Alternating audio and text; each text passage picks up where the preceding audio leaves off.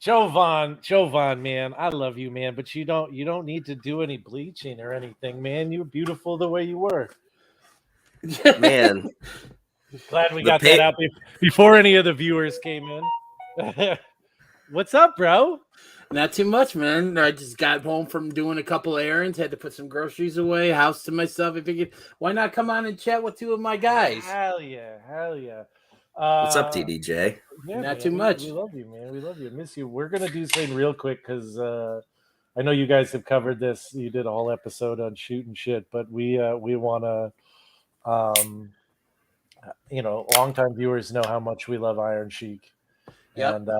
And I don't have any words that can really do the man justice, but from like crazy humble beginnings in Iran to the best wrestler in that country, to the Shah's bodyguard, to his like best friend getting murdered, to him coming to the US and starting all over again. And losing his daughter.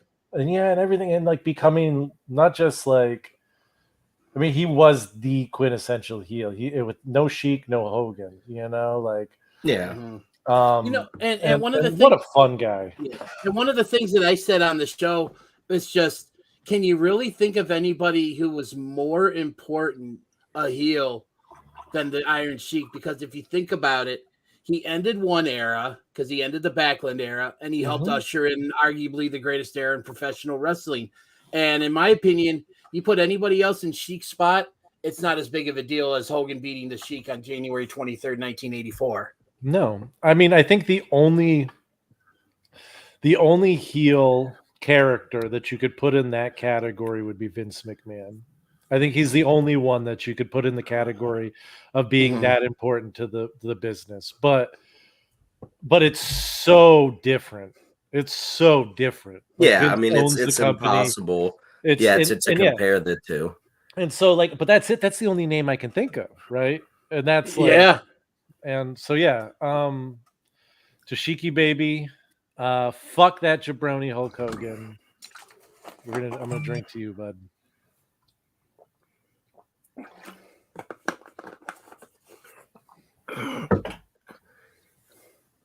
DDJ, what you got going on down there? You got a piss jug? Like no, it's some zero sugar sweet tea by Gold Peak. Great stuff. I'm trying to finish this bottle off because I just got another bottle of sugar-free sweet tea in the fridge, so I got to make room. So I'm finishing this off. Oh, that's your shit, dude. I've been looking. I haven't found any. Dude, how is that? It's incredible. He loves it, dude. Yeah, he's a big fan. He's drank it the last 3 episodes, I think. And I brought a bunch to the staff party and was giving those out at the staff party. We got good and drunk on those at the staff party. Bunch of tequila and other stuff. Dennis, you going to Saturday? Collision Saturday. Sorry, Collision. Coliseum. Do you know who that was? I just pounded that fucking one. All right, give me bro, you're hammered. I'm fucking wasted. Oh wait, before we start, we gotta do our. He needs the answer if it's going to freaking Collision or not. Let him answer that. No, that's the hook. That's the hook for after the intro. You'll find out in just a couple minutes. Yeah, fucking such good shit. Fuck you. All right. What's the answer? The answer is I am not. See, aren't you glad we didn't build it up for her? I mean, Dennis, I'm interested. Any particular reason or? Actually, yes, and I have what I think is a very good reason. My family reunion is that same day. Oh, sure, absolutely. And that's one thing. That's one thing we've been doing. My family reunions on my mom's side for I think this will be our 32nd one. I have not missed one, and I take that very seriously. Hell yeah. Yeah, hell yeah. Absolutely. Next time you just got to make sure that the family reunion is at the wrestling show. Yeah. Do it actively in the arena. Right. Yeah, that'll go over real well. Yeah. Just rent out a whole section for the family reunion. Yeah. So Dennis, what's your opinion on the main event for Collision?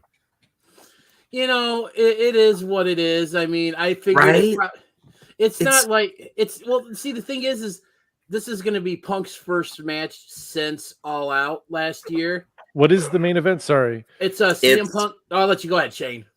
Sorry, DDJ. It's a CM Punk and FTR versus Switchblade, Juice Robinson, and Samoa Joe.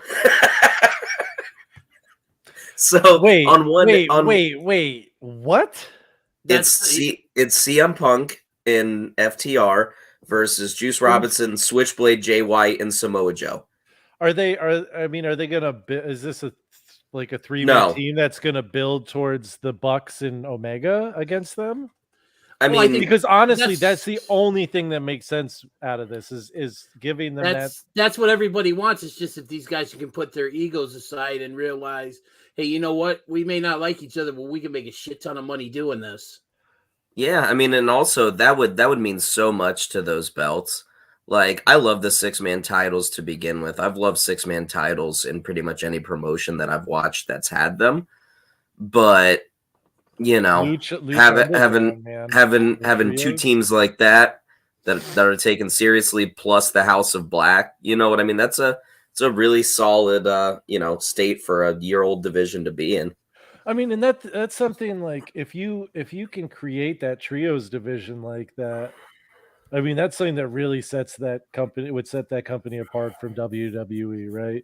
Because they certainly don't have the women's division, right? Like the men's division is like, I mean, there's not that as much diversity among like the types of athletes on that roster as there are in WWE, size and all that, and what you can do.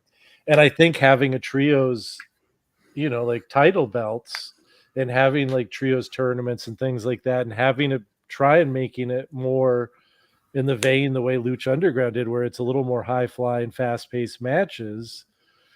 I don't know. I think it would be really interesting. But I mean, the one thing that I'm really interested in that AEW is doing is fucking Daniel Bryan versus Okada. Oh, I can't wait for that. I might have to spend some goddamn money to watch that shit. Goddamn, dude. I don't think I've ever. Wow. Yeah, no, you haven't. We talked about this. You said that the only time you have ever purchased a pay-per-view was what was it? It was. I watched the WrestleMania where Lesnar beat Undertaker. 30. Yeah. That when I watched it with my buddy. I reacted quicker than DDJ. Wow. Yeah. Sorry, I spaced out for a second there. Yeah, but no, I mean, I'll take any win I can get. Yeah, for real though, like I don't know, dude. I always bootleg them if I could, and now with the network, it's like, what the fuck? I'm not paying for AEW shows, but with the potential to see that, there's also the potential for Punk versus Omega. Kenta there, isn't it? That's a rumor going around right now, is that they're considering that for Forbidden Door. Because there's been a lot of chit chat about the GTS. So I mean, and they've been kind of going at each other for years about that on Twitter. Yeah. Just on their own. And let's be honest, that could be a really good match. Kenta could be is his name Kenta now still? Yes. Yeah. Okay. Sorry. What was he in NXT? Hideo Itami. Okay, that's Tommy. Okay. Yeah. Oh, man, that's such a sad run. But anyway, like that could be a really interesting match. And yeah, there's other ones there. Like, we're getting Omega versus Ospreay again. I would love to see John Moxley versus Suzuki. We got that on Dynamite. Yeah, give it to us again on a pay-per-view. True. Why not?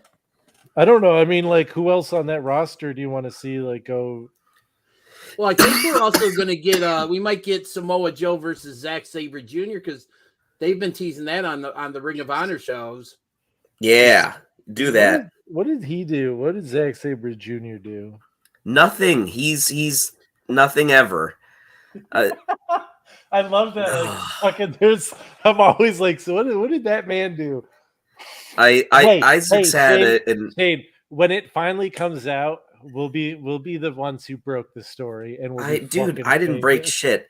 Isaac's had an on-running theory that Zack Sabre Jr. has already been canceled for 2 years now. ever since the British wrestling shit went off, I always just assumed he was one of the Brit wrestlers who got in trouble. is Oh, DDJ?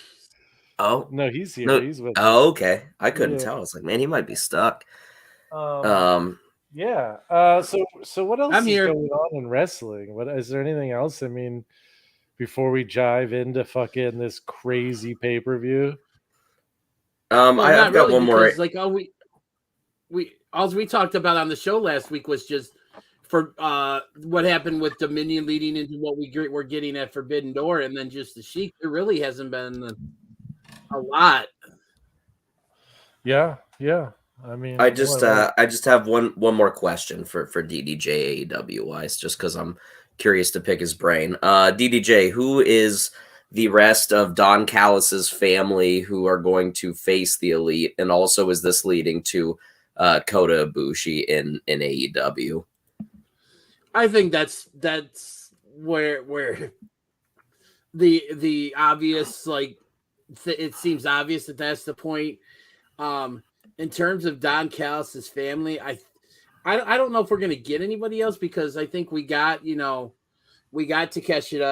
we got the BCC, you've got the Elite, you've got one more or two more people, because Kenny Omega said the rumors that he's in Japan with, like, and he's going to come back with one or two friends, and I think the obvious one is Ibushi. And I mean, we haven't had a blood and guts match yet this year, and to me, it seems like that's the next logical step in this story. So I think what this is leading to is we're going to get the BCC and Takeshita against the Elite and Ibushi in a blood and guts match. Okay, fair enough. I always assumed that Callis would be bringing in other folks, and that he was going to kind of build his own stable to face the Elite. But I think he's going to try. I think he's going to align himself with the BCC. I think he's going to. Gotcha. That's kind of going to be his family, in my opinion. Oh, okay. No, that makes total sense. I've got one question for DDJ too. Oh no. Boy. No. This isn't about sex stuff. I promise. Thank you. Yeah. How many members of the Shield have held the Intercontinental Championship? All three of them. Oh no, I don't. Have they now? Yeah. Yeah. Damn. Because Roman had that match versus Kevin Owens inside Hell in a Cell that one year. Yeah, that. So Rollins won the Intercontinental title at WrestleMania 34, I believe, in New Orleans. Yeah, because he held it for a while, right? Yeah, and then I think Ambrose, I know, had it for like a bit as well too. So all three of them have held that Intercontinental title. Really, I see it. Wow. Did he face Bray Wyatt or something for it at one point? Ambrose. I'm trying to remember who, because I know Rollins won it. I think it was against the Miz and Finn. Roman. I want to maybe I'd have to look it up. I can't remember exactly who. I'll look it up here while we're chatting. Yeah, because I'm looking at this because I always thought it was just Dean Ambrose I guess Seth Rollins had it. He got it at Mania, right? And the Mania 34. Yeah. Huh. I'll find out here in just a second. Did fucking? I don't think Roman did. I don't think Roman ever held it. He did. Okay, he has held it. I'll put money down on that. No, I would believe you, but I'm not seeing his name here in the list. Bro, I'm just not looking it up.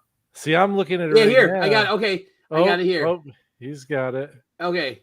So Dean Ambrose beat the looks like he beat the Miz on an episode of SmackDown back in January of 2017. He would go on to hold it till June of 2017, where it looks like he lost the belt back to the Miz. Roman beat the Miz on an episode of Raw in November of 2017, and then lost it back to the Miz on the 25th anniversary episode of Raw. God And damn. then the Man, Miz, and then Rollins there it won. is. Yeah. 20. So it's funny because I'm looking at this, and it's like all three of these guys beat the Miz to win the Intercontinental Championship. How crazy is that? That is wild. I mean, it like people just don't realize how much the Miz has been integral to like the success of the WWE in the last like 10 years. Like and about the Miz specifically, but the Miz first ballot Hall of Famer in my opinion, and that million percent. I mean, to this day, he still does Miz TV every fucking Monday night, Monday night, and he gets his ass kicked every time. It's the same shit over and over again, but the crowd is always into it every time. Miz is great, man. Everything he does, he's not as good he's not a great baby face. No. But goddamn, dude, what a heel. And he's good at getting people over. I mean, it's like Ziggler used to be like that, where he just sold so well. And Miz is just he talks so well. No, I mean, and he's just really solid in ring. You know, like he'll wrestle he'll wrestle you whatever match you want, and he's not good the best enough guy, but he's good. No, but he can at least go now. Like he's fluid. He's only been hurt like once in his whole career, and that was when he That's when he got eaten by the zombies. Yeah. No, that was John Morrison, right? Or was that the Miz? No, that was the Miz. Yeah. Oh yeah. Dude, that was zombies. Can we rewatch that pay-per-view for an episode? What was that one? Was that a pay-per-view? Is that a Monday Yeah. Raw? Yeah, no. I think it was WrestleMania Backlash or something like that. Or it was one of the 2020 or 2021. It was during the It must have been 2021. It was during the I thought it was on like Extreme Rules for some reason. It might have been Extreme Rules or something, but it was during the Thunderdome era. Which must have been early 2021. It was like mid 2020, I believe, because 2020. Yeah, it was fresh. Somewhere in there. We'll have to look for that one. Probably is the Extreme Rules. Wow. Oh man, what a memory. Memory. I think that's one of those things that as a wrestling fan, I don't think I will legitimately ever forget. Like, because it starts in the back with the zombies, and you're like, what the that's kind of weird, but like, oh, it's spooky. Like we're in the middle of COVID, right? It's a weird time. They're just trying something. And then the zombies follow him out, and the Miz gets eaten. Yeah, they were promoting, I think, that zombie movie 100%. that was on Netflix with Batista, which actually was a pretty fun movie. Dude, Batista's such a good actor, man. He really is. Yeah. Even I need to watch that movie. A Knock at the Cabin or whatever, the last one. I've heard that's really good. It's no, it's not, but he's really good in it. Mm. Unfortunately, it's just another bad M. Night Shyamalan movie, but is that even an M. Night Shyamalan movie? It is. Mm-hmm. Oh, okay. With a shocking twist. Yeah, I mean, don't talk shit about M. Night though, bro. M. Night's got some certified classics. Bro, The Village, The Sixth Sense. The Village. Let me tell you about the one time I watched The Village. I was in culinary school. I ate a Xanny bar, right? I was fucking just gone out of my mind on Xanax. I remember sitting through this whole movie, right? And just being like, what's happening? What's happening? And then the end and the big reveal, just getting pissed off. And all I remember now, because Xanax is has the ability to wipe your memory, is that it just took place like in current day. And I'm like, yeah, that's the twist, huh? That sucks. And I never watched it again because I hated it on Xanax. So that's my story. Anyway, but I did like the Signs movie, and the Sixth Sense was good. He did that movie Devil, where the people are stuck in the elevator. It's like the old lady, the janitor, and like two other people, and they're stuck in the elevator, and one of them's possessed by the devil. Oh no shit, that sounds interesting. Was there a It's big twist at the end? oh, you already. It's an M Night Shyamalan movie. Yeah, just wait till you get the twist at the end of this one, bud. It's Man, shocking. you're a hater, dog. Yeah, Absolute certified hater. When it comes to family, whatever. Have you watched John Wick 4 yet? I actually fuck just watched that it. shit, I just dude. watched that Oh, last jeez. night. It's so good, right? Oh my jeez. god! Yep. I was happy because it's supposed to come out on video, like to purchase on Tuesday, and some places were selling it early. So I'm like, I'm gonna go over, and luckily my local Best Buy had it and stuff. So I actually watched. I watched 3 and 4 yesterday. 3 is still my favorite. Bro, I straight up have not seen a second of John Wick, and it'll stay that way. That's good. Talk about a hater. Anyway, I just had to bring that up. I just had to bring that up because the second you mentioned John Wick, Shane goes full hate mode. It's worse than mentioning the Beatles. Oh man, but yeah, I did like some of M. Night's movies. Like I said, I liked a couple of them. There's some really bad ones. So obviously you're in the Water, bro, dude. Hey, take it back. I love Lady in the Water. Oh, like God, honestly, so bad. Like that's not even talking shit. That movie is so weird. It's so weird. Dude. It's awesome. It's awful. Dude, God, rewatch it. I've watched it 2 times and they're both. Bro, watch it again. Just keep watching it. Eventually, you'll learn to like it. Is it Paul Giamatti in that? I don't know, dude. I haven't seen Lady in the Water in like 15 years. No, Lady. I don't typically go for those types of movies. The Water. So no, I have not. It is Paul Giamatti. I love Paul Giamatti. I'll watch it again just for Paul Giamatti. I will absolutely because I love Paul Giamatti. The thing is it's not really a horror movie at all. It's like a weird sci-fi. Yeah. With like, but there's a lot of like fairy tale overtones in it. It's a really strange movie. It's like a weird it's like Signs mixed with like a fairy tale. It's not anything like Signs, dude. It is. It all like every little thing like is important for like the same reason. Like he has this thing where like everything that everybody does, every weird quirk that everyone has is for a purpose, the same way they do in Signs, right? Same thing. That's what I mean. That whole like aspect of it mixed with like a fairy tale and a shitty motel. Yeah, it's weird. I remember oh no, go for it. Say remember. No, I was just gonna say that this is the ultimate like M. Night Shyamalan ripoff movie I've ever seen. Can't remember what it's called, but I watched it on Netflix in like high school or like right after high school. And it's about this dude who's a I'm just hoping you're thinking about the same movie I am, and I'm getting okay. So it's about this dude, and he works for like the military or something, and he has a code, and he gets put in a trunk. He gets like kidnapped, and he just gets tortured in a trunk for like hours, like the trunk of a car.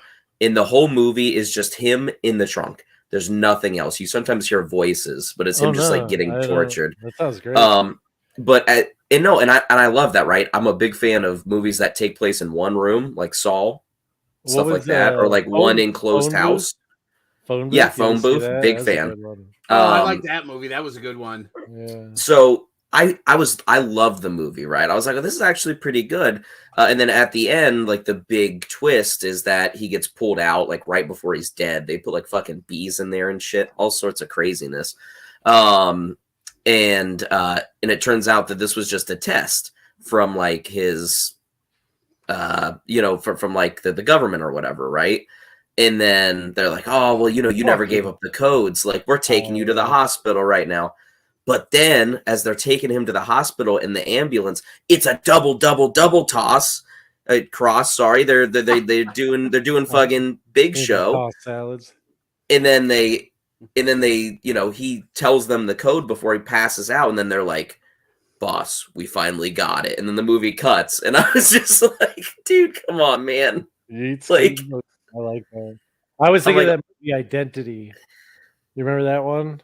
Mm-mm. It's like John Cusack at a fucking motel in the rain, and like they can't get out of like the roads are washed out, the phones are all out, and people just start disappearing.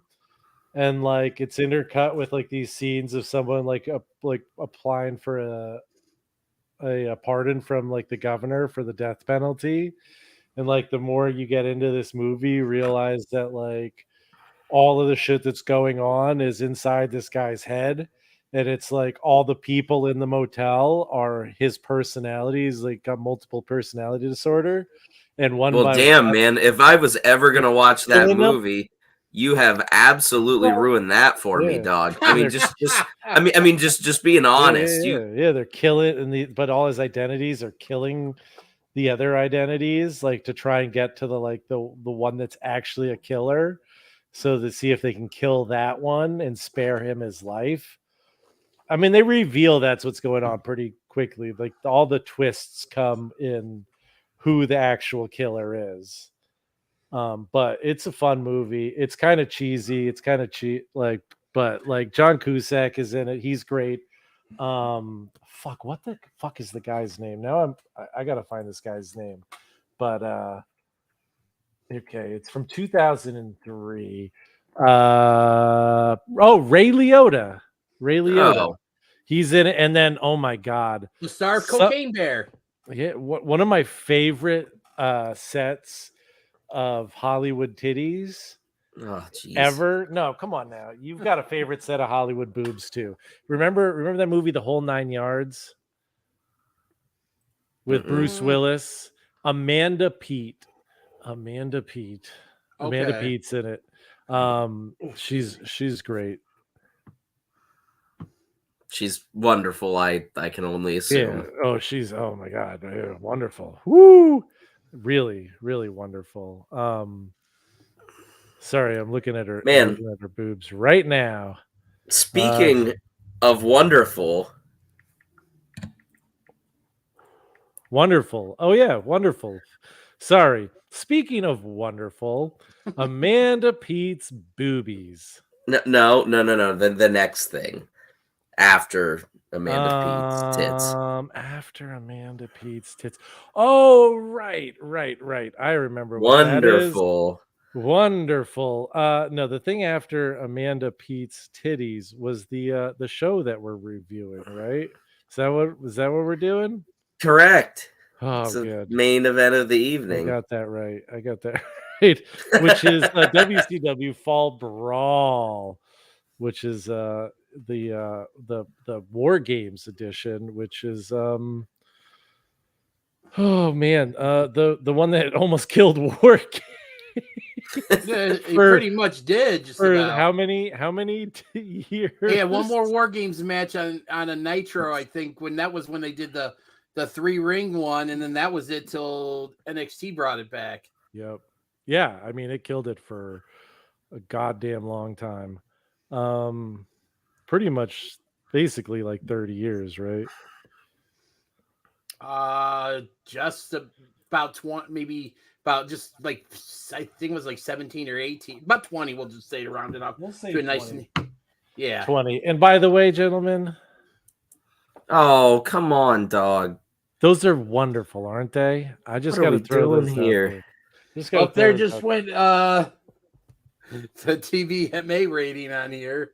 Hey, we are already MA. All right. Anyway, so WCW Fall Brawl takes place in Lawrence Joel Veterans Memorial Coliseum, Winston-Salem, North Carolina.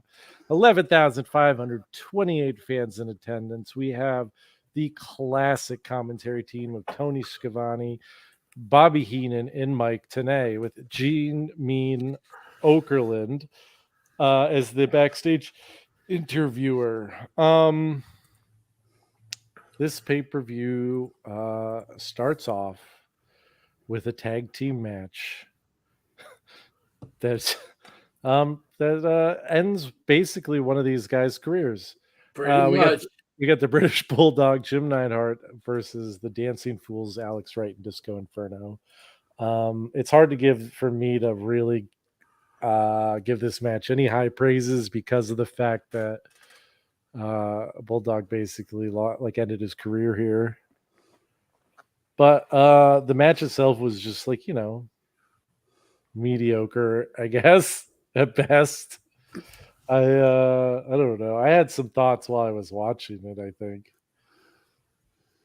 That's why I wrote them down. But share your thoughts. I'm going to Shane. What about you? Do you have thoughts on this first match? I mean, it was all a little strange. I thought it was weird how the first bit of the match was the Disco Inferno and Alex Wright overpowering the Bulldog and Jim the Anvil Neidhart. I thought that was a strange decision. But the rest of it, I don't know. I mean, it wasn't terrible at all. It was a finely worked match. I think that, all the guys, had like decent chemistry. They told a decent story, and I don't know. It was what it was. It was a strange pay-per-view opener. Yeah, they did that spot. This is one of the ones that I saw, was it where Alex Wright monkey flipped the Bulldog, and the Bulldog landed on his feet like a cartwheel and landed on his feet, which was pretty badass. And then Wright goes for like a kick of some sort, like a spinning back kick, and he kind of hits Bulldog in the arm, maybe a little in the shoulder, and fucking Bulldog sells the hell out of it. But from hard cam, it just looks like he missed. They did that. They did like the tried to slapjack him, like the slapjack slam or whatever, into the ropes, and he missed the top rope, and Disco took a gnarly bump on that second rope. Did not look good. Jim Anvil bit Disco's eyebrow at one point.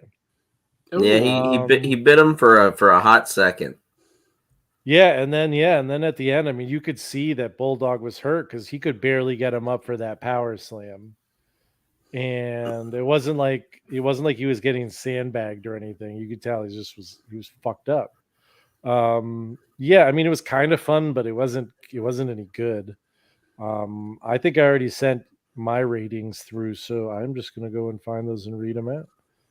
I gave it, I think, a half star would be a half star, because it just was not it ended a career for no fucking good reason other than trying to do some gimmick shit at the very end, which is so which is so WCW. But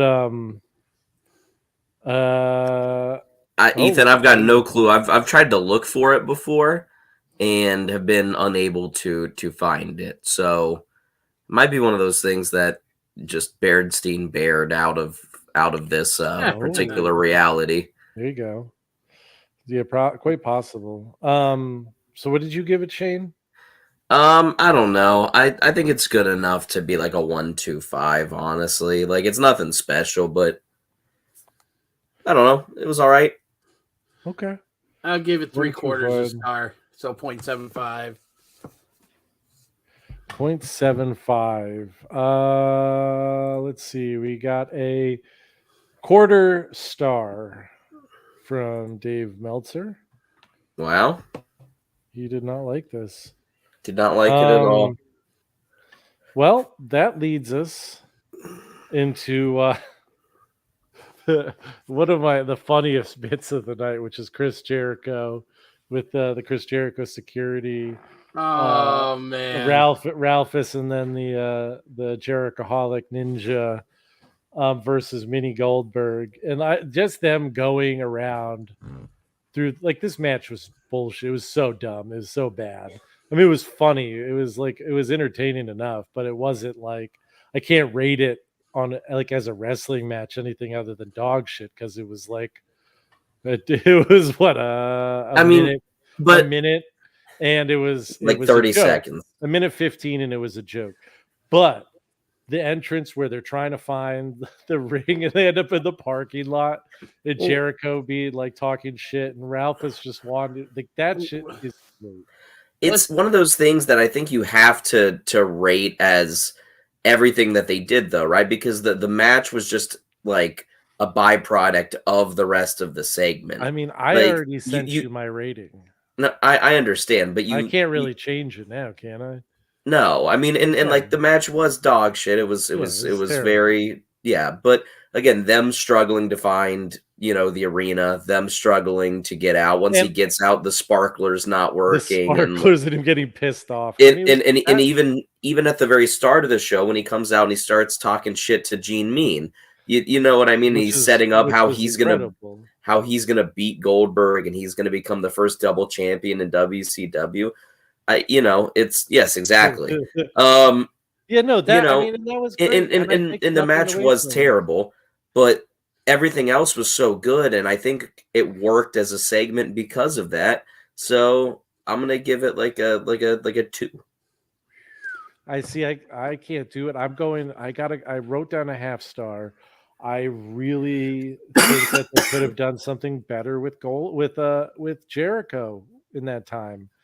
I mean, he's funny, but he's also one of the best wrestlers they have on that roster at that point, and they're using 20 minutes of time probably total between all the bullshit to fucking give him a minute 15 match with a midget. And they could have taken some of that time away and given it to the War Games match. Well, I'm glad they didn't do that. Jesus Christ. But no, I mean, that's, one thing that this whole pay-per-view is guilty of, really guilty of, is going full WWE on replaying shit that happened on other shows to no end. I mean, there's like stretches where it's like, I'm like, what the fuck am I even watching? And it's like, this was what happened on fucking Nitro, and this is what happened on fucking. They always do that. Yeah, but this was worse than they've ever done that I've seen. This was a lot of like just clips, which was a waste of time. But anyway, I give it a half star. The half star is because all the good shit. The match itself deserves 0. It deserves 0 because it was a dud. It was a shit match. But Jericho is so entertaining, and everything around it was so entertaining that it deserves at least a half star. Yeah. So when I went to the Fozzy show about almost a month ago, and I got a chance to talk with him for a little bit, I told him that the stuff we're talking about now is my favorite era of Chris Jericho's career. I was a huge fan of this, the mocking the Goldberg entrances, Ralphus, who he spoke very highly of, the whole WCW Monday Jericho thing and stuff. And it's just like, it was so good. It was so good. And this, it was just so much fun and just everything. And if you know me, I've never been a Goldberg fan. I've never bought into the hype. I've never, I think all of us agree with that. Goldberg sucks. It was a fun streak during the moment. It was entertaining during the moment, but they, like everything else WCW does, they fucked it all up. Yeah, but I mean, it was just overall, to me, I don't even know if I'd call this a match or something, but I'd call this more of a segment and stuff and all that. And I guess for that, I'd probably give it a 1 star, just because, again, the actual match wasn't really good, but the stuff leading up to it was just pure comedic gold. Yeah, it was great. It was super entertaining. So yeah, I'm with you. I just give it lower star. I gotta step away real quick. I will be right back. All right, okay. DJ. Oh man. He's probably got it out, don't you think? No. Sorry. I just imagine things sometimes. Well, ladies and gentlemen, we are going on to Shane's favorite match of the night. What did Meltzer give the last one? What did Meltzer give the last one? That's a good question. A half star. So yeah, look at that. Yeah, man. You agree with Meltzer there. Yep. Nice. Oh man. Yeah, but we're on to my favorite match of the night, which is favorite Norman Smiley versus Ernest the Cat Miller. They kind of show what set this match up, which was Mike Tenay was interviewing a couple local talents outside of the building, and Ernest the Cat Miller runs up and just kicks their ass. And then Norman Smiley comes sprinting up, sounding like Paul Bear. Hey, what are you doing over here? Hey, God. I'm going to get you. which sets up this match. Dude, this match is not that bad, man. It doesn't deserve to be on the pay-per-view. You're totally right about that. Absolutely has no business. It's being a on the Nitro match. show. But the match itself really, honestly, was not bad at all, man. Oh God, I couldn't. I was just like, "What is Bro, happening? Why?" you turned on it from the start. The second they came in, the second you heard, "Hey." Well, Could be it was good just that it was the fucking you've got till the count of 5 to get out of my ring, and I'm just like, Jesus Christ, it's Norman fucking Smiley, dude. Like, Bro, what are he's you the even best in the doing? world. And, Ernest the Cat yeah, Miller's the best in the world, man. this match did absolutely nothing for me other than like just make me want to turn it off. I honestly, I was like, I hated it. I was like, I can't stand this. I can't wait till it's over. The only thing that saved this match was that it was only like 5 minutes long. But God, that was even too long for me. I give it. I swear. I sent you. And I'm sticking by it. I give it a fucking 0. It was a dud for me. It was just awful. It was the worst match so far because there was zero entertainment. There was zero entertainment to it. Nothing about it was entertaining. Bro, you got to see Ernest the Cat Miller hit some of those kicks, man. He's a karate champion, dog. I don't know, man. It just really was not that bad.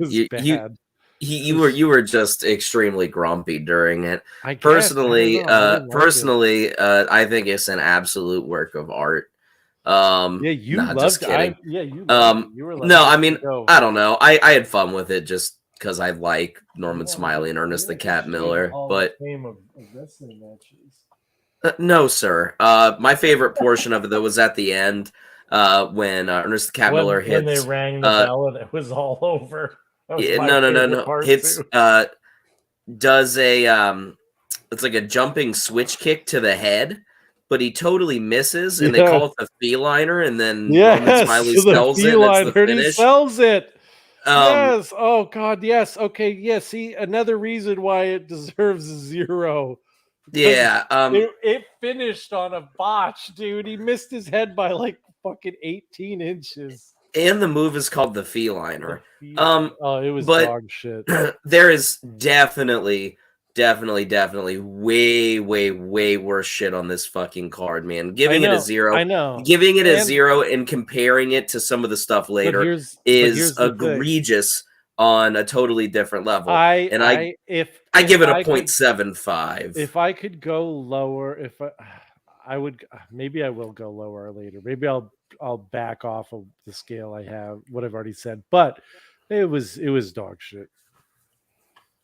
DDJ, do you remember this one at all? I'm assuming you didn't rewatch the pay-per-view leading up to this, so you're just going on your memory. Yeah, and I'm thinking this is. Oh my God!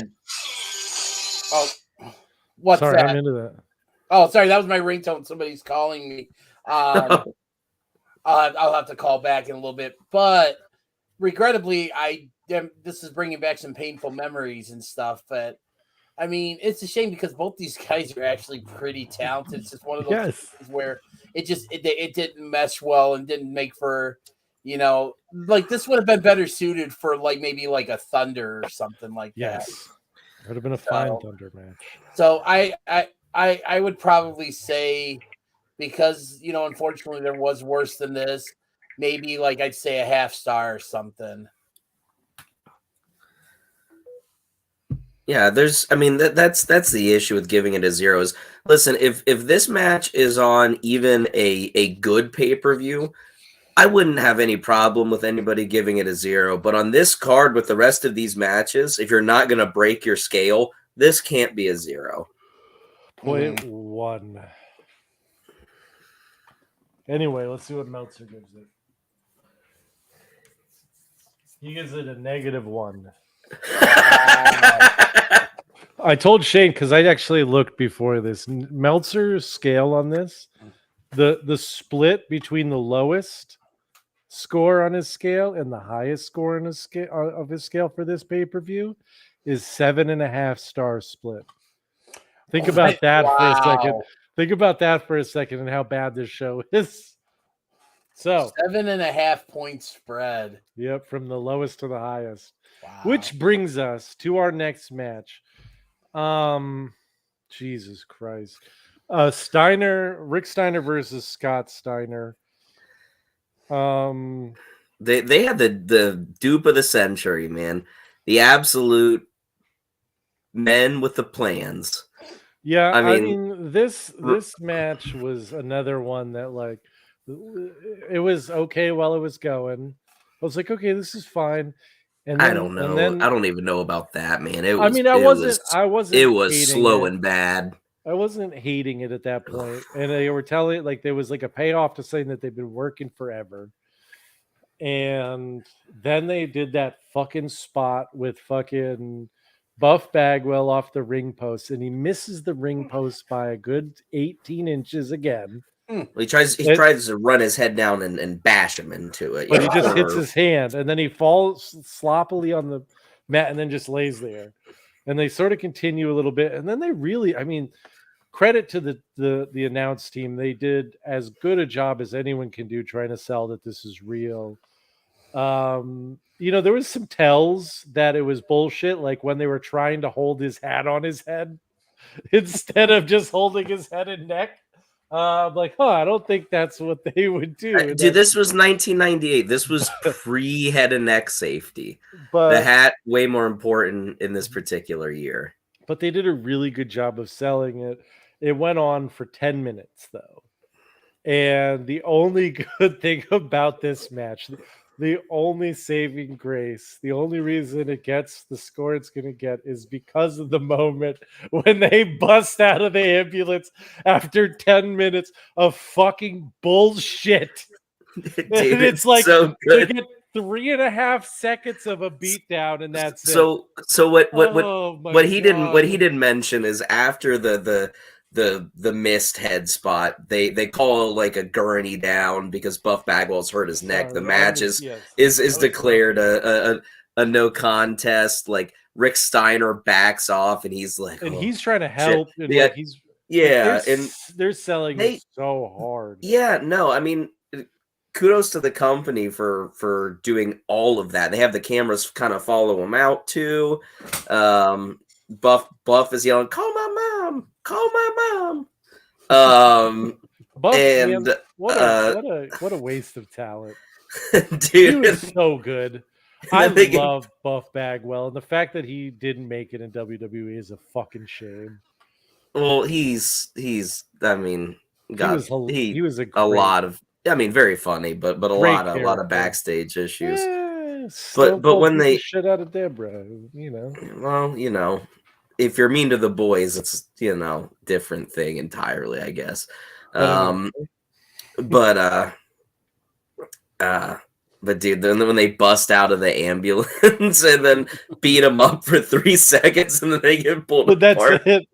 It's like 3 seconds, dude. It's so funny. 10 minutes of fucking like. See now, this of somebody being tied to a board. 10 minutes of that for 3 seconds of them jumping out of the ambulance. I mean, it was funny. That was the best moment of it all. It was awful again. I do think this more is entertaining. This was a 0.25 because that was really entertaining to me. But that gave me a 0.25. I like actually. You know what? I'm gonna agree with you. I liked I'll bump it just up. This much more because this how ludicrous that end was. Like because you knew it was coming and you had to wait goddamn 10 minutes for it on a paper. Like this is such good shoot, pal. Oh my god. Yeah, DDJ, do you have a rating for that one at all? I'm gonna just go with you guys and to triple down on that quarter star. It's a shame because that could have been so much better. Yeah, they could. I mean, well, the thing is like, think about if they would have let the match go, they would have never busted out of the ambulance. I would trade them busting out of the ambulance and dealing with the 10 minutes of watching it before over a 2-star Rick Steiner versus Scott Steiner. I still want to see an actual payoff to this feud because, god damn it, dude, we've been watching this. I don't think it comes for a little bit. I don't think you ever really get a payoff to Steiner versus Steiner. I think you Wouldn't get it a. be some shit if this was it? We'll find I out. no. They definitely fight Let's see again at what some Meltzer point. said. Meltzer, I don't think liked this one either. He gave this one -1 star too. So we just drinked Oh it together. shit! I mean, I get it. I mean, I understand being pissed off at being like this being pushed on you for as long as it is, and Yeah, like the like, payoff to it. and I think that's my favorite thing about it is I didn't watch it live. Like this wasn't a payoff to something that I really cared about, and I didn't pay $50 for this. I mean, and that's something they've been every pay-per-view. They've been like, "Oh, we're gonna do it.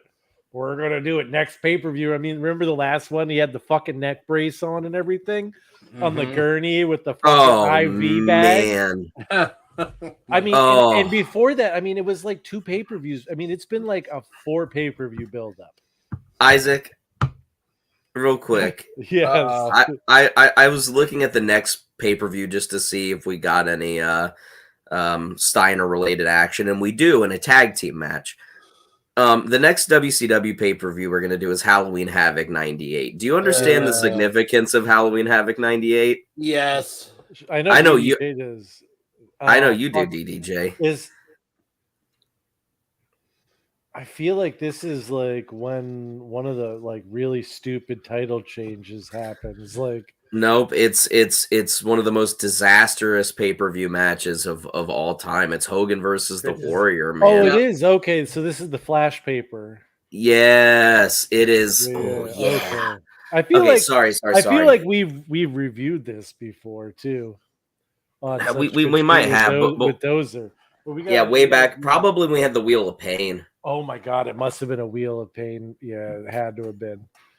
Yeah, man. Okay, so we just did that. We did the Steiner versus Steiner. We are on to Juventud Guerrero. We're not doing this. Silver King. I mean, okay, I won't say much. I won't say anything. But the real fans know what I'm thinking here about. Yeah, there you go. Yeah, it's callbacks. Callbacks to when I talk about. Yeah. I wish he was. No. He'd be so hot. Oh my god.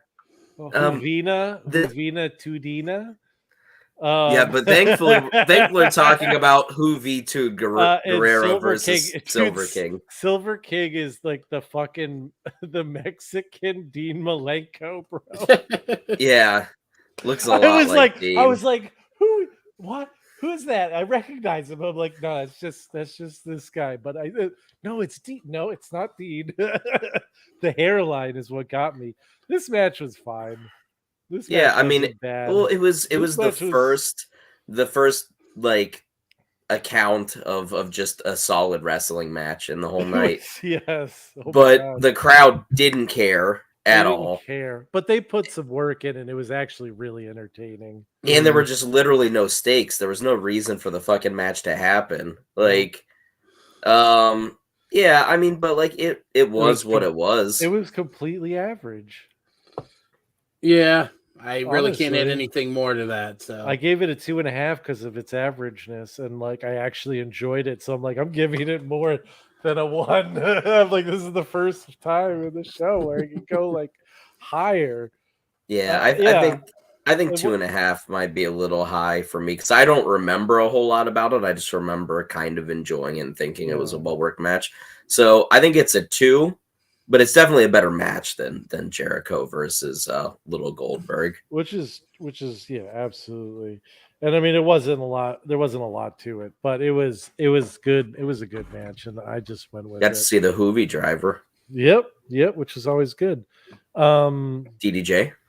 I'm gonna go with you, Shane, and give it 2 stars. Nothing spectacular, but this was easily so far the best match on the card up to this point. Man, by a lot. Boys, we missed a clusterfuck because of me. Oh, wow. Dave gave it 2. I'll drink with Meltzer and DDJ. I'll just drink with you guys because I'm going to drink for DDJ. Like you need to drink. A reason to drink. I do. Otherwise, I'd be an alcoholic. Come on. That brings us to, in my opinion, my humble Jewish opinion, the match of the night. Your back-breaking, make you humble moment. The Perry Saturn versus Raven and the Ravens it's rules match. the best He match had of the Canyon night. and Lodi with him. This one went 14 minutes. It was interesting. They had some like decent storyline shit that wasn't too much. Well, They they've had been building Canyon. Saturn versus Raven for It's months now. almost as long as the Steiner versus Steiner. Yeah, and they had Canyon handcuffed at ringside. They did something with that I thought was great. The only time I think I've ever even seen this too is that the referee took a ref bump and like laid down near Canyon, and Canyon fished the key out of his pocket, unlocked himself, went in, did his number, went back out, and handcuffed himself back and awoke the referee, which honestly is a fucking great spot. Yes, It's it a is. great spot. Yeah, I mean, I think honestly, I can't think of another time I've ever seen that done. And I don't think I ever had either. It's so perfect, and I remember seeing that and being like, "That's fucking brilliant." Canyon nailed it as always because Canyon's fucking great. and that had to have been all Raven, right? Like that just seems like something that Raven would think about and be like, let's not be stupid. You know what I mean? Yeah. Like, well, let's do something smart in this totally. match. Yeah, I mean, I feel like a combination of Dusty and Raven for that, honestly. But I could be wrong. But then you had the Kidman going up and then turning and drop kicking fucking Raven, and the flock chasing him out. And the crowd was ballistic. When Saturn kicks out of the even flow and when Saturn kicks out of what was it, like some other big move that he hit, it doesn't matter, but he has two like very close near falls and the crowd is going ballistic. Saturn has that big Death Valley driver to a sign guy off of the apron. Bodie. Raven gets to hit his penultimate Raven spot, the drop toe hold into the seated chair, dude. The Raven move. It was a really good match. I mean, honestly, like I don't have many faults with this. And this is a Ravens rules match. How many Ravens rules matches have we seen up A to million. this point? Well, because that's all he does. So many. But yeah, but even still, like this is the first one that really stands out in my mind, honestly, as being like something different than they've ever done before. No, remember I think it was the last WCW show we watched. We had Canyon versus Raven versus Saturn, right? And that was really great. fucking good too. What did we give that? I think we gave that like a 3.5, maybe 3.75, something like that. Well, I'll tell you what. This might just be the fact that this is like a little nugget of corn in the turd that is this pay-per-view. But I'm giving this 4 stars. Wow. I really liked it. That was the number I sent in the chat. It was the number that popped in my head when I watched it. It was the number I think I sent immediately after the match was over, and I'm sticking to it because I was genuinely entertained by it. They did something that I've never seen before, never seen since. That was smart, made sense, and was just a great addition to the match with the handcuff gimmick. Yeah, I mean, as most Raven matches are, it was well booked. It was well paced. Many of the interferences at least made sense. In the course of the match, it proved that the work that they were doing with Saturn was working, and at the very least in the case with Raven, crowd was white hot. I don't know, man. I was gonna give it a 3.75, but I think you've convinced me to go ahead and give it a 4. It was very good. It was a nice payoff to a feud we've seen going for 5 or 6 shows now. Yeah, I loved it. I really loved it. Yes. Oh, they did the Death Valley driver gimmick through the table. I said that. Yeah. That was great. Sorry, but that was I'm just looking at what my notes are, and that was great. Yeah. And it was, and Saturn was over at this time. Like he was easily one of the most over guys in WCW at this point in time. Incredibly underrated wrestler. You want to talk about sad. The way Saturn's career would go from here really. Overall just so sad. He was so ahead of his time, man. Whether it be obviously in the Eliminators and ECW, this whole run in WCW, even in WWE when he was paired with like Moppy, right? It was bullshit. It was a horrible gimmick, but he was talented enough to, kind of make it work, at least in his own way. He got it over. Yeah, which is, a testament to his ability. And then post wrestling has been just sad, honestly, for a guy who, it reminds me a lot of Scott Hall or Jake the Snake, where like these are guys who inside the ring and in the business had everything going for them. They knew exactly what they were doing. They knew how to do it. And once they got out of that, like environment, like they didn't know how to function without, like something, a crutch of some sort. And, it reminds me of when we did that Duke Droese interview, and that popped up in my timeline recently. Yeah, I saw that the other day. And I mean that interview of all of the interviews I think we've done is one of the most impactful. I'll never forget it. But like him talking about addiction and stuff, and about like like coming back for WrestleMania and all this shit. Like, and you look at this situation, and yeah, it's really sad. It's really sad. And like, because a lot of it is just because, I mean, let's be honest, Vince McMahon is a fucking petty little bitch. And if he makes a decision and he doesn't like somebody, or he wants to fuck with somebody, he's going to drive him right out of the business by being like just an asshole to him or whatever, or treating him like shit, or giving him the worst gimmick, or making them fucking stick their face up his ass on TV. And, like there's a lot of opportunities where Saturn could have gotten a lot of help, and instead they fucked with him, and it sucks, because god damn it, he was good. And yeah, I stick by 4 stars. We got 2 4 stars. DDJ, did you rate this already? Sorry. No, I did not. I'm honestly, like I said, hi bud. My son just walked in here, so what's up, bro? What's up, buddy? Hey man, you got that $50 for your birthday, didn't you? Did you get that $50 for your birthday? My mom checked it and it said 40. There was $40 in it. 40? I said 50. Maybe your mom. There's You gotta 40 in there. you gotta talk to your mom. She No, remember we got you a birthday present with that money he sent you. I think he got you a truck or something. Yeah. Oh. Anyway, I didn't forget. I remembered, buddy. Which is shocking. Hey man, I keep promises to kids, man. Hey, man. I try. He's drinking he's that got that Prime. Sorry, I prime, was just talking dude. to myself. No, sorry. This No, you're all episode good. is brought to you by You want to show him what the you're drinking? Prime.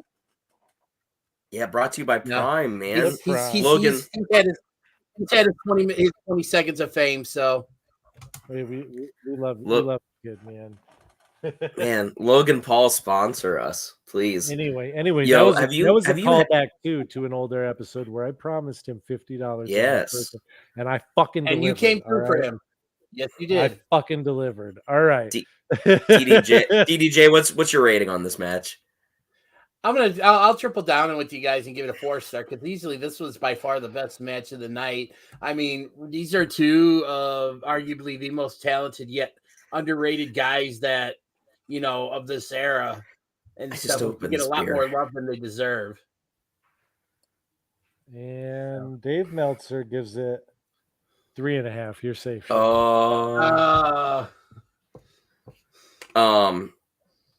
Yeah, man, I love Prime, dude. Prime is a great beverage. I've never had it. Yeah, I haven't either. I wish they put sugar in it. I'm a sugar guy. I don't like fake sugars. I can't do it.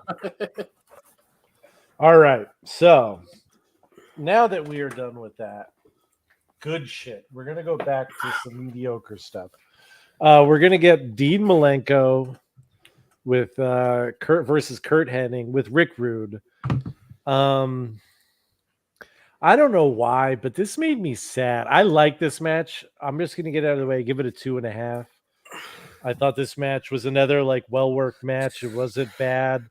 It wasn't like the most interesting match, but like Arn Anderson fucking ran down after Rick Rude interfered. Arn Anderson got kind of beat up by Rude and Hennig, but the thing that made me sad is like Rick Rude kind of looked like shit. And I think it was a shooting shit question of the week recently, or at least maybe it was one of your fans' questions, but it was old school finishers. I think DDJ, you said the DDT. Oh, that was Mama Tuhati, Jovan's mom. Okay. Just something in the Facebook page about like favorite old school finishers. Yeah, or something like that. And I gotta say the Rude Awakening was my pick. That's a good one. That's a very good one. And Rick and then you think like it wasn't very long after this that Rick Rude passed away. And yeah, it just bummed me out. But the match itself was pretty good. Arn Anderson looked great. I loved seeing that. And then you think about him running down with that Glock, and you're like, God damn, he's got a Glock, man. Don't fuck with Arn Anderson. Yeah, I don't know. I definitely don't think it was for me a 2.5. I don't know. It was a finely worked match, and you know everything you said is true. I really liked how it started with Dean Malenko really pressing up on Kurt. So it just good. I don't know. I just don't. For me, I just don't think it ever meshed.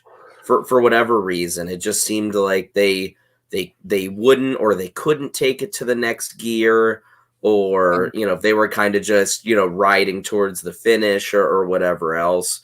But I don't know. It just seemed like this match was stuck in first gear the whole time. And at this point, Kurt is still fine, and Dean Malenko's Dean Malenko. So them, just coasting is it was not, like not was too bad. average. It was average, and I liked Rick Rude on outside. I just thought it was a good combination for some reason. I'm also rating this match at 2. Yeah, that's fair. I'm gonna give it 2.25. All right. Well, we have the chance for a straight. Jesus Christ. 1.5 from Mr. Meltzer. Okay, which leads us. This leads us to Conan and Scott Hall. I guess we should talk briefly about the backstage segment with it, where Scott Hall is like visually. You know what? I already showed boobs. I might as well just show the clip. Are you talking to me? Hey, I said, are you talking to me? What I do at my crib is my own business. Are you talking to me? So that's Scott Hall behind the scenes earlier drinking. Yeah. He really let himself go. What are you talking about? I think he looks better than he's ever looked, man. What are you talking about? He hasn't looked that good since Tony Schiavone's women popped him out. Now listen. No reason to be throwing unpleasantries my way. Hey, Tony Schiavone, man. I was saying you're handsome. You're more handsome than Scott Hall. That's all. But the weird thing is, like with Scott Hall, especially in this particular portion of this run, is it's really hard to tell where the gimmick starts and real life ends. Yeah. And it's, I mean, is Russo here yet? No, he's still with WWF at this time, I think. That's what's embarrassing. It's coming up. But even still, like this is like such a weird, like this is such like a Russo thing to do. And I don't know, seeing the lowest point Scott Hall hit. This is not the lowest point I know. Scott Hall hit, dog. No, I'm not even. I'm saying. I was gonna say you got to get to the year like 2003. No, when he goes into the indie shows and they're like carrying him into the ring and yeah, in the the Juggalo Championship Wrestling and appearance fucking, as well. like even when they, and like Scott Hall has had a rough story. He's another guy who's had a fucking crazy rough story who has been through the ringer, and like DDP, man, like is a saint, like a true, like honest to God saint, because he gave this guy an extra 10 years of life, and the fans something to believe in, like a fucking redemption story worth believing in. Like Scott Hall getting his fucking Hall of Fame ring. If you didn't cry when he got his Hall of Fame ring, then like you got no heart. Like his speech, like the fucking bad times don't last, but bad times do, or bad guys do. Like, all these things that like, like talk, like him and Jake both like really, and Jake still struggles from time to time, but like Scott Hall did the fucking work, man. Like, and you saw it as a fan, you got to see the whole thing, and to pass the way he passed was so sad. After beating all the other shit, getting through it, and to watch this match and watch them make fun of that shit really bothered me more than seeing it with the Road Warriors shit. I don't know, it really bothered me. And yeah, I give it a 0. I give it a fucking hard 0. I don't care what they did in the ring. I don't care how smooth both of them work together. I thought it was just fucking disgusting, and it bothered me in a way that I don't know, I can't fully explain. But yeah, this was another one I gave a 0 to.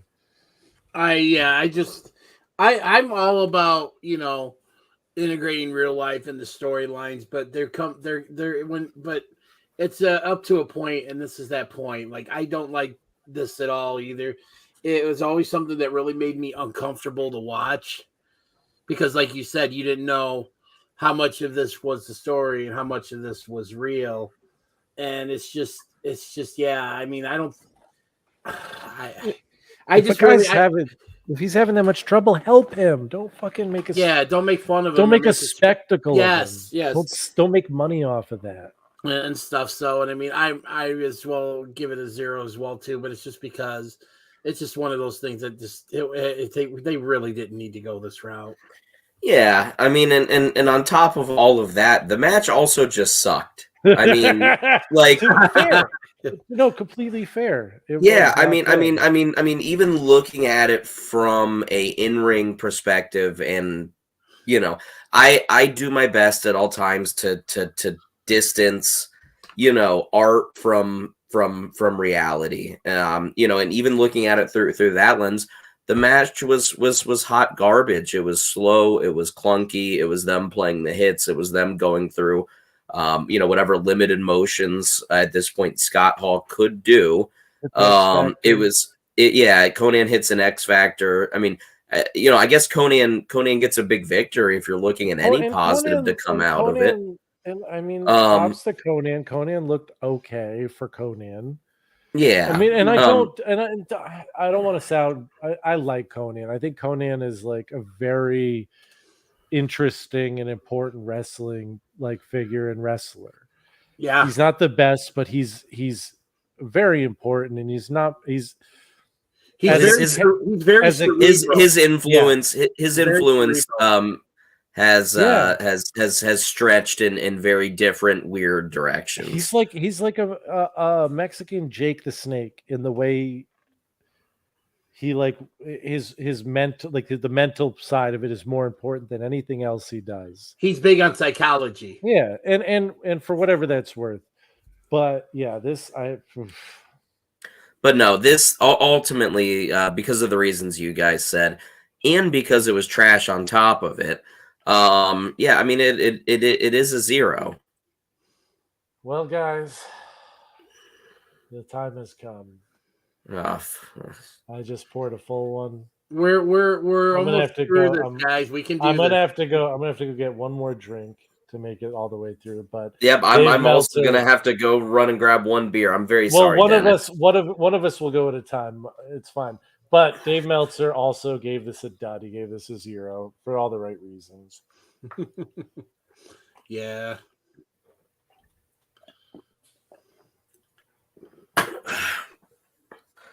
All right, DDJ, keep an eye on him for a second. Keep an eye on me. Hey, do you want to see Amanda Pete's boobs again? I'll show you off screen. They're really nice. I'm just telling you, go watch the whole 9 yards. Get your pause button ready. A little, maybe 2/3 of the way into the movie. You've never seen the whole 9 yards? Nope. Let me see who's in it. So it's Bruce Willis, it's Amanda Pete, and one of the dudes from Friends. Matthew Perry.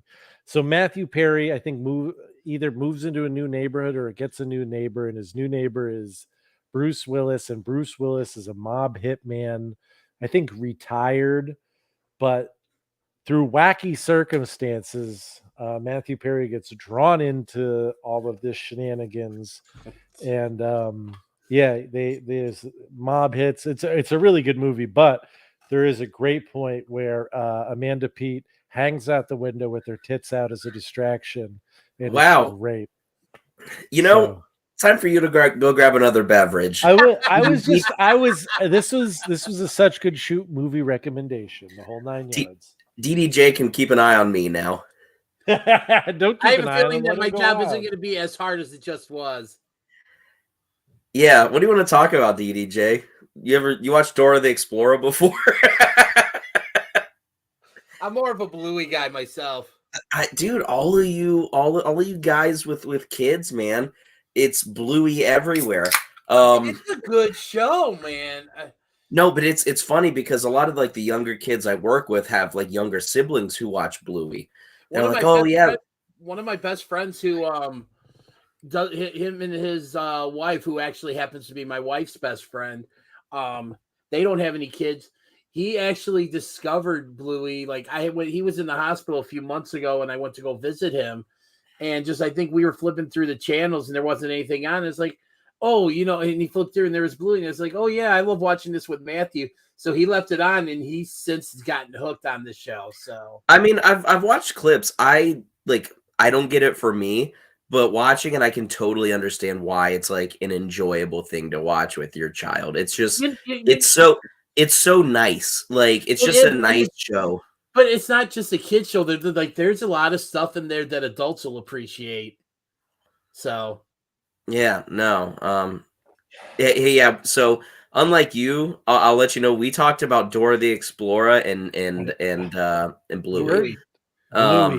So the newest Bluey's great. The new Bluey's are really good. Does your little guy Huey watch it? Hugh loves Bluey. Yeah, big fan. I got a Bluey tent right over on the other side of here. Nice. Have you guys seen Peanut Butter Falcon? By the way, I haven't, but I haven't had a chance. We were talking about watching it, Isaac. It's funny. My district manager at work, he knows I'm a big wrestling fan. The last time he was in, he looks at me and he goes, "You ever seen Peanut Butter Falcon?" And I just started cracking up, and I was like, "Wow." I was like, "You've seen that?" And he was like, "It's amazing." I've heard that. It's that Isaac. You look confused. It's that movie with Shia LaBeouf, and the person it's the person with Down syndrome, and then they escape their their full-time living facility to become a professional wrestler, and they meet up and whatever. We should watch it. Maybe not do a review of it.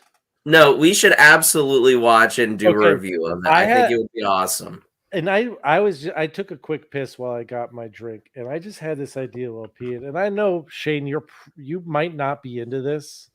You might hate this idea, but DDJ, you might be into this. And hear me out. I want to do a series, and I don't know if maybe we could do all 4 seasons, but oh man, the last one's really bad.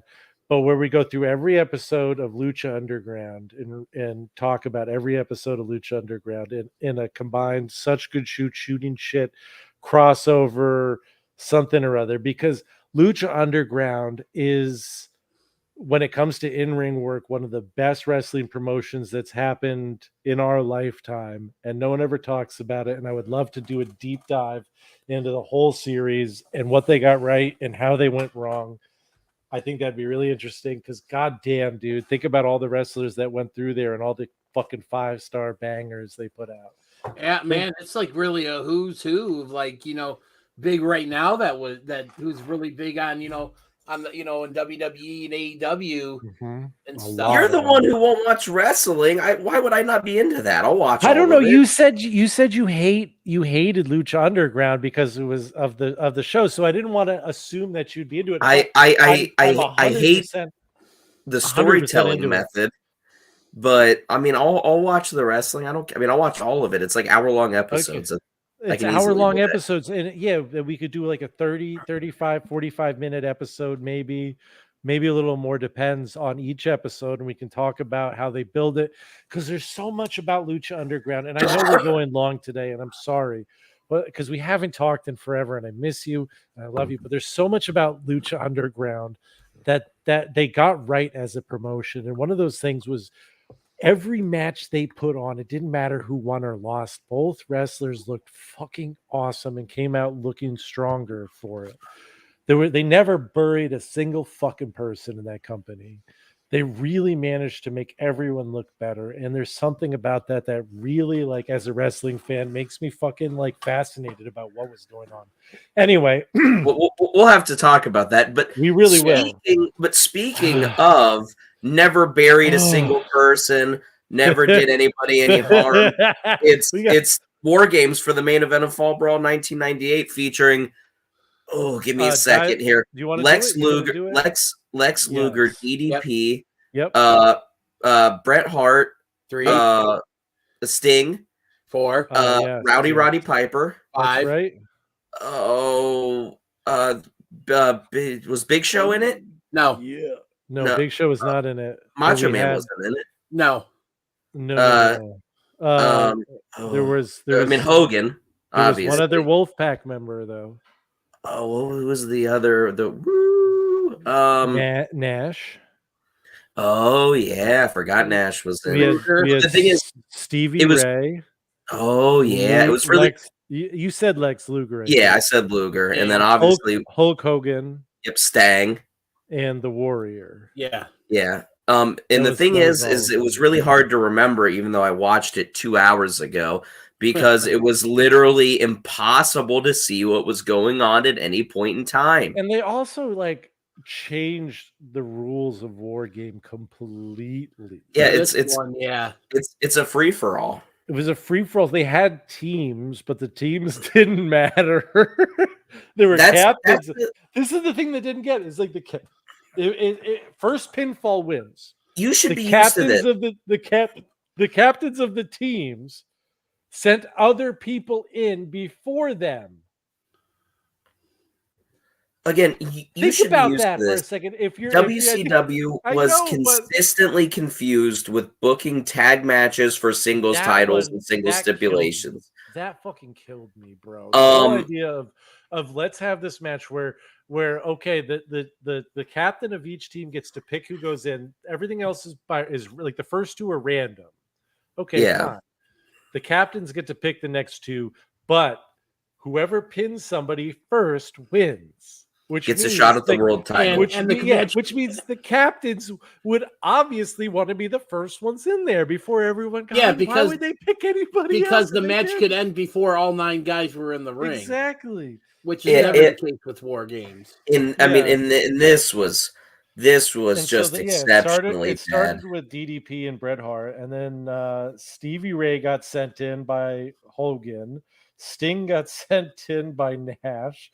Roddy Piper went in for Team WCW, then Lex Luger, then Nash, then Hogan. Then the fucking Warrior appears out of the fog. It's the Renegade. But then he gets his coat taken, and then he ends up on the top of the ramp. And Yeah, There's that then trap door. Hogan. Yeah, then Hogan leaves. Yeah, the disciple locks the cage door. Then the Warrior rips the cage out and chases them back to the back, and then DDP pins Stevie Ray after a diamond cutter, and like it just sucks because, like I said earlier, DDP is a fucking wrestling saint. He's one of these guys. There aren't many people in wrestling who it's really hard for anyone to say anything bad about. You got Mick Foley, where no one will ever say anything bad about Mick Foley. I don't think anyone has anything bad to say about DDP. Honestly, I've never heard it. I've never heard anyone talk shit about DDP. Only people say that he's an incredible person. And so he deserved a big win. And to get it like this just sucked. The whole match sucked. The idea of doing the fucking War Games this way sucked. Warrior popping up sucked. Hogan sucked. The whole thing sucked. It was one of the worst matches I've ever seen. It was like dark. Homer Simpson once said, the suckiest bunch of sucks that ever sucked. It was so bad. I don't even know. Like, if I was gonna break my scale for anything, it would be for this match because it was that bad. Yeah, I mean, and like I said before, you couldn't even see what was happening. Not that it mattered much, but they didn't even have a cameraman in the cell. It's just like at any link point in time. fence. So you're just seeing everything through the chain link fence at all times. It's like the a rules. Punjabi The rules prison, made man. no sense. The Ultimate Warrior appearing through the fog that appears out of nowhere, and then everything that happened. Didn't he tear his bicep in that match too? I Like sure when he went hope through the so. cage? I don't know. I don't know. That's a good But- question. Let me I see thought if I they read mentioned somewhere that he tore his bicep when he like went through the cage or something. But if I was going to show somebody the epitome of bad WCW, this would be it. This would be the match up until next like 2 weeks from now when we review fall War Games, not War Games, when we review Halloween Havoc 98, because then the Warrior Halloween Havoc match. 1998 is a giant clusterfuck for other reasons besides Hogan versus Warrior. But this match will break my scale because I'm not afraid to do that. I'm gonna try to feel my Meltzer, and I'm gonna go -1.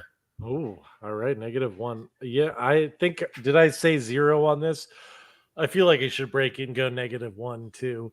I will say, I'm just reading. I was looking to see if there was any injuries. There was a match that was supposed to be booked on this. It was the Giant versus Meng was advertised and did not take place. And Juventud was supposed to fight Kaz Hayashi, but ended up fighting Silver Oh King. my god, I forgot about Kaz Hayashi entirely.